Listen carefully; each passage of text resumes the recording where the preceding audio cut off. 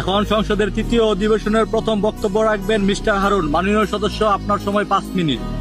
ধন্যবাদ মাননীয় স্পিকার। মাননীয় স্পিকার, আমি এটা ভেবে অনেক গর্বিত যে আমি বাংলাদেশি। প্রকৃতির এই সবুজ শ্যামলে ভরা 6 ঋতু দিয়ে গড়া সুন্দর একটি দেশ যার নাম বাংলাদেশ। কিন্তু অত্যন্ত দুঃখের সাথে বলতে হয়, এই অকালপক্ষ দেশে শান্তি, সম্মান, মানবতা, ন্যায় বিচার কোনোটাই নেই মাননীয় স্পিকার। মাননীয় স্পিকার, আমরা এমন এক দেশে জন্মগ্রহণ করেছি যে দেশে আইনের চেয়েও মাদক কারবারিদের পাওয়ার বেশি।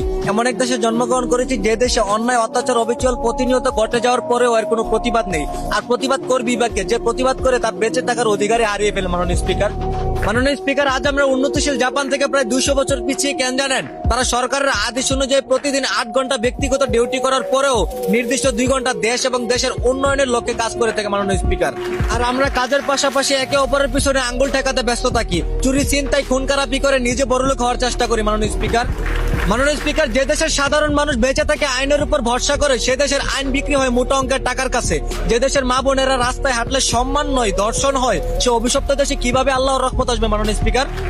দেশটা যেন আজ মাদক কারবারিদের হাতে, প্রতিটা এলাকা, প্রতিটা অঞ্চল আজ মাদক দ্বারা পরিপূর্ণ মাননীয় স্পিকার। আর মাদক হলো এমন একটা জিনিস যে খায় সে নিজেও ধ্বংস, এমনকি পাড়া প্রতিবেশীদেরকে অত্যাচার করে বেড়ায়, কারণ তাকে সবাই ভয় পায় মাননীয় স্পিকার। মাননীয় স্পিকার, যে দেশের শিক্ষার্থীরা দেশ ও জাতির উন্নয়নে 24 ঘন্টায় পড়াশোনায় মনোযোগ দেওয়ার কথা, সে দেশের শিক্ষার্থীরা প্রেমিক প্রেমিকা, গার্লফ্রেন্ড বয়ফ্রেন্ড নিয়ে পার্কে ঘুরে। এটার জন্য তাদের বাধ্যতামূলক হয়ে গেছে মাননীয় স্পিকার।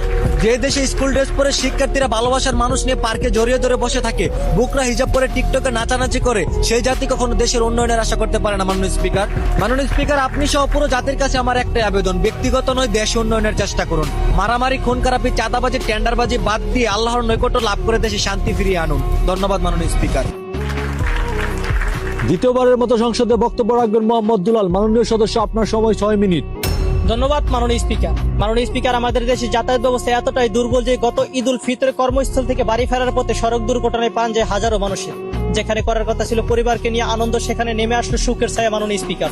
মাননীয় স্পিকার, আমাদের দেশে সড়ক দুর্ঘটনায় যতগুলি মানুষের প্রাণ যায়, মনে হয় ইরান, আমেরিকা, ইসরায়েলের যুদ্ধ এতগুলি প্রাণ ঝরে মাননীয় স্পিকার। মাননীয় স্পিকার, বেপরোয়া গতি, মাদকাসক্ত ড্রাইভার, ট্রাফিকদের অনিয়মের কারণে এই সমস্ত ঘটনা ঘটে মাননীয় স্পিকার। এই ব্যাপারে দৃশ্যমান কোনো বিআরটিসির পদক্ষেপ আমরা দেখি না মাননীয় স্পিকার। মাননীয় স্পিকার, বেপরোয়া গতি, মাদকাসক্ত ড্রাইভার, ট্রাফিক অনিয়মের কারণে এই সমস্ত ঘটনা ঘটে মাননীয় স্পিকার।